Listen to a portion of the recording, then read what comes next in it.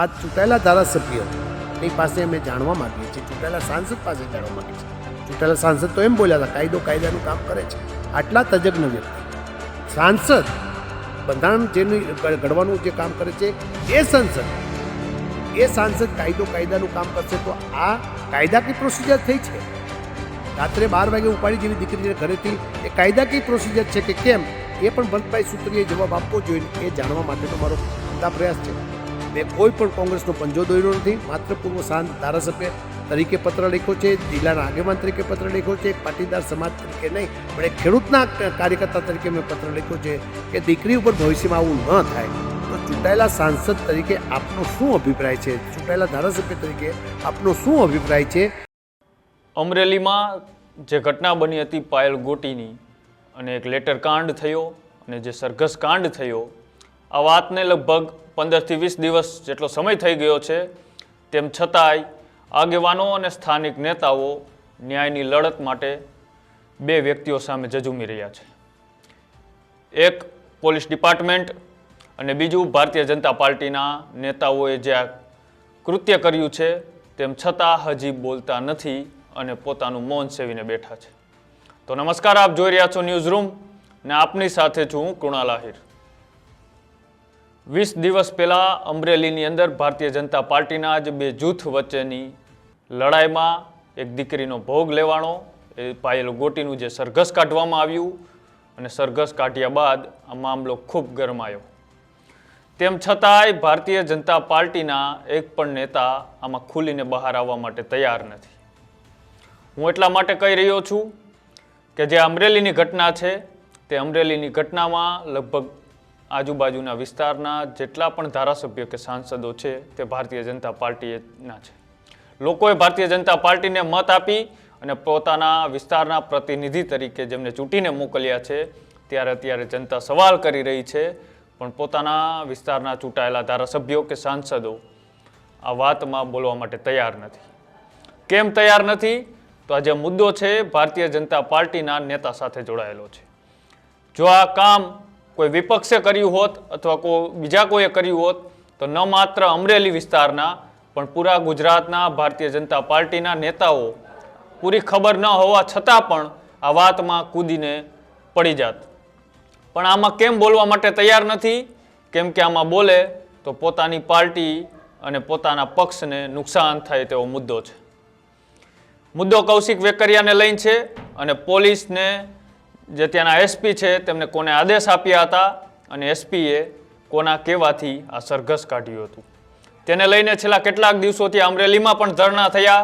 અમરેલી બાદ આ મુદ્દો સુરત સુધી પહોંચ્યો અને દીકરીને ન્યાય અપાવવા માટે જે નેતાઓ લડત આપી રહ્યા છે તેમાંના એક એટલે કે વીરજી ઠુમ્મર. વીરજી ઠુમ્મરે એક પત્ર લખ્યો છે અને પત્ર અલગ અલગ જે વિસ્તારના ધારાસભ્યો છે અમરેલીના, જેવી કાકડિયા હોય, હીરા સોલંકી હોય કે મહેશ કસવાલા હોય કે પરસોત્તમ રૂપાલા હોય, આવા અલગ અલગ નેતાઓને પત્ર લખ્યો છે. પત્રમાં તેમને એવું પણ કીધું છે કે આ ઘટના જે દીકરીને અન્યાય થયો છે, અત્યાર સુધી ભારતીય જનતા પાર્ટીના નેતાઓ એવું કહેતા હતા કે કાયદો કાયદાનું કામ કરશે, પણ જે આ મામલો ખુલીને બહાર આવ્યો તે બાદ હવે એક પણ નેતાઓ આની અંદર પોતાની પ્રતિક્રિયા આપવા માટે તૈયાર નથી.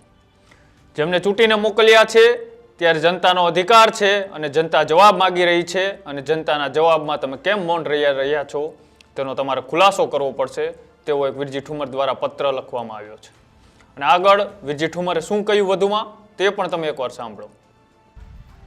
તાજેતરમાં પાયલ ગોટીનો જે બનાવ બન્યો છે, એક દીકરી ઉપર જે અત્યાચાર થયો છે, તે બાબતમાં રાજ્યના પૂર્વ મુખ્યમંત્રી વિજયભાઈ રૂપાણી, પૂર્વ સાંસદ દિલીપભાઈ સંઘાણી જેલની મુલાકાત લીધી અને સ્ટેટમેન્ટ કર્યું કે પોલીસનું કામ ભૂલ કરેલું છે.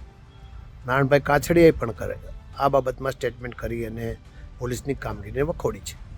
પુરુષોત્તમ રૂપાલા પણ બોલ્યા મીડિયાની સમક્ષ કે ઉતાવળે થયેલો નિર્ણય છે, કાયદો કાયદાની રીતે કામ કરશે, સીટ નિયમી છે, એની ઉપર અમને વિશ્વાસ છે. દિલીપભાઈને પણ હવે નિમવામાં આવ્યા છે. ડૉક્ટર કાનાબાર સંગઠનના એક આગેવાન, સામાજિક અનેક આગેવાનોએ જાહેર જીવનના જુદા જુદા લોકોએ સ્ટેટમેન્ટ કરીને જણાવ્યું કે આ પોલીસે ભૂલ કરી છે.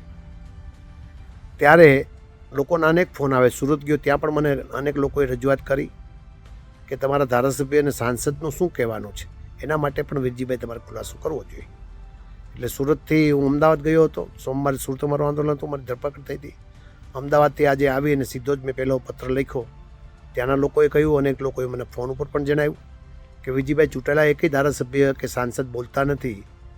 અને રૂપાણી સાહેબે પણ નિવેદન કરવું પડ્યું. પોલીસની વાત જુદી છે, કોંગ્રેસને ભલે એના માટે આ કોઈ કોંગ્રેસ ભાજપનો સવાલ નથી. દિલીપભાઈ મોટું મન રાખીને જેલમાં ગયા, દીકરીને બોલાવીને બેંકમાં નોકરી આપવા માટેની પણ વાત કરી. બહુ સારી વાત છે. આમાં કોઈ રાજકારણ નહીં હોવું જોઈએ. કૌશિકભાઈને મેં સૌ પ્રથમ બોલાવ્યા હતા કે આવો ચર્ચા કરી, તમને પણ અન્યાય ન થાય અમરેલી જિલ્લાના. પરંતુ રાજકીય સ્વરૂપ આપવા માટેનું ભારતીય જનતા પાર્ટી કામગીરી કરે છે ને એનો દોસ્તનો ટોપલો મારી ઉપર નાખે છે. અમે કોઈ કોંગ્રેસના નામે આંદોલન નથી કર્યું. નારી સ્વાભિમાન નેજા નીચે અમે આંદોલન કર્યું છે, અહીંયા પણ આંદોલન કર્યું છે. આંદોલનનો ટાઈમ વધાર્યો, પછી પોલીસને એની ભૂલ સમજાણી એટલે 3 માછલીઓને સસ્પેન્ડ કરવામાં આવી. માછલીઓ એટલા માટે કહું છું કે કોન્સ્ટેબલ, હેડ કોન્સ્ટેબલનો શું અધિકાર છે? એમની સાથે પીએસઆઈ હતા, એમની ઉપર કોઈ પગલાં લેવામાં ન આવ્યા. ત્યારે આ ચૂંટાયેલા ધારાસભ્યની પાસે અમે જાણવા માગીએ છીએ, ચૂંટાયેલા સાંસદ પાસે જાણવા માગીએ છીએ. ચૂંટાયેલા સાંસદ તો એમ બોલ્યા હતા કાયદો કાયદાનું કામ કરે છે. આટલા તજજ્ઞ વ્યક્તિ સાંસદ, બંધારણ જેનું ઘડવાનું જે કામ કરે છે એ સાંસદ કાયદો કાયદાનું કામ કરશે તો આ કાયદાકીય પ્રોસિજર થઈ છે. રાત્રે 12 વાગે ઉપાડી જેવી દીકરીને ઘરેથી એ કાયદાકીય પ્રોસિજર છે કે કેમ, એ પણ ભરતભાઈ સૂત્રીએ જવાબ આપવો જોઈએ. એ જાણવા માટેનો મારો ઊંડા પ્રયાસ છે. મેં કોઈ પણ કોંગ્રેસનો પંજો દોર્યો નથી. માત્ર પૂર્વ ધારાસભ્ય તરીકે પત્ર લખ્યો છે, જિલ્લાના આગેવાન તરીકે પત્ર લખ્યો છે, એક પાટીદાર સમાજ તરીકે નહીં પણ એક ખેડૂતના કાર્યકર્તા તરીકે મેં પત્ર લખ્યો છે કે દીકરી ઉપર ભવિષ્યમાં આવું ન થાય. તો ચૂંટાયેલા સાંસદ તરીકે આપનો શું અભિપ્રાય છે, ચૂંટાયેલા ધારાસભ્ય તરીકે આપનો શું અભિપ્રાય છે એ મને અને આપને મત આપ્યા છે, મતદારોને જાણવાનો નૈતિક ફરજ બને છે, અધિકાર થાય છે. ઘણા લોકો જાણવા માગે છે, ત્યારે આપ પણ ખુલાસો કરજો. સાચું ખોટું જે કહું એ કહી શકો છો, તમને જે યોગ્ય લાગે કહી શકો છો. હું એમ નથી કહેતો કે અમારી તરફેણમાં જવાબ આપો, પણ જે સત્ય હોય તેનો જવાબ આપી અને મને પણ જવાબ આપો એવું મેં નથી કહ્યું. પ્રેસ નિવેદન કરીને અમરેલીની જનતા જાણે કે આપનો શું અભિપ્રાય છે. પોલીસની કૃત્ય સાચું છે કે પોલીસનું કૃત્ય ખરાબ છે. FSL રિપોર્ટ પણ આવી ગયો છે. એવા બિનસત્તાવાર રીતે મને માહિતી મળે છે કે દૂધનું દૂધ અને પાણીનું પાણી થઈ રહેવાનું છે. નિર્લિપ રાયને તપાસ સોંપી છે, એટલે મને વિશ્વાસ વધ્યો છે. ત્યારે ધારાસભ્ય તરીકે આપનો શું અભિપ્રાય થાય છે તે જાણવા માટે આ પત્ર લખ્યો છે. જે રીતના વીરજી ઠુમરે વાત કરી કે પરસોત્તમ રૂપાલા હોય, દિલીપ સંઘાણી હોય કે ગુજરાતના પૂર્વ મુખ્યમંત્રી એટલે કે વિજય રૂપાણી હોય, આ તમામે એક કોમન વાત તો સ્વીકારી છે કે જે આ દીકરી સાથે સરઘસ કાઢવામાં આવ્યું છે એ પોલીસે ઉતાવળું પગલું ભર્યું છે. પોલીસે આ નહોતું કરવું જોઈતું. આ પોલીસની નાકામી છે. આવા અનેક શબ્દો અલગ અલગ નેતાઓ પાસેથી સાંભળવા મળ્યા, પણ હજુ સુધી એક પણ નેતા એવું બોલવા માટે કેમ તૈયાર નથી કે આ જે કૃત્ય થયું છે ભારતીય જનતા પાર્ટીના જ અંદરોઅંદરનો જે વિખવાદ હતો, આ વિખવાદની અંદર કૌશિક વેકરિયા જવાબદાર છે. આવો એક પણ નેતાઓ અત્યાર સુધી હજી બોલવા માટે તૈયાર નથી. કેમ કે અમરેલીના જે વિસ્તારની અંદર જે પણ ધંધાઓ ચાલે છે તે પછી ખનીજ માફિયાઓ હોય, જમીનના મુદ્દાઓ હોય કે પછી દારૂ અને જુગારના મુદ્દાઓ હોય, આ તમામને લઈ એ પત્રની અંદર ઉલ્લેખ કરવામાં આવ્યો હતો. કૌશિક વેકરિયા ઉપર આકરા પ્રહારો પણ કરવામાં આવ્યા હતા, આરોપો પણ લગાડવામાં આવ્યા હતા. પણ ભારતીય જનતા પાર્ટીના એક પણ નેતાઓ પોતાના નેતાને બચાવવા માટે પાર્ટીને નુકસાન થાય તેવી વાત છે એટલા માટે ચિઠ્ઠીના ચાકર થઈ અને મૌન રહેવાનું વધારે પસંદ કરે છે. તમારું શું કહેવું છે? આ જે પત્ર લખ્યો છે એ પત્ર બાદ એક પણ નેતા ખુલાસો કરશે કે કેમ? તો અમારી કોમેન્ટ બોક્સની અંદર અચૂક જણાવજો.